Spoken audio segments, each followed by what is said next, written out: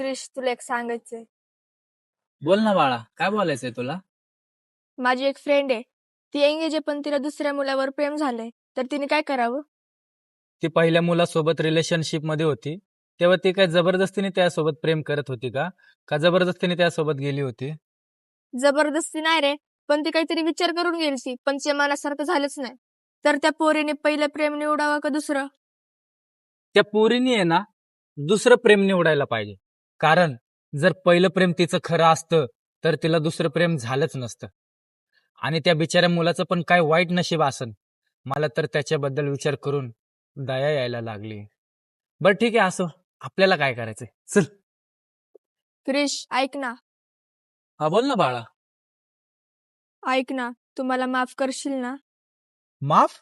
अरे पण तू काय के ऐक ना, तू मला माफ करशील ना? आणि त्या बिचाऱ्या मुलाचं पण काय वाईट नशीब असन. आणि त्या बिचाऱ्या मुलाचं पण काय वाईट नशीब असन.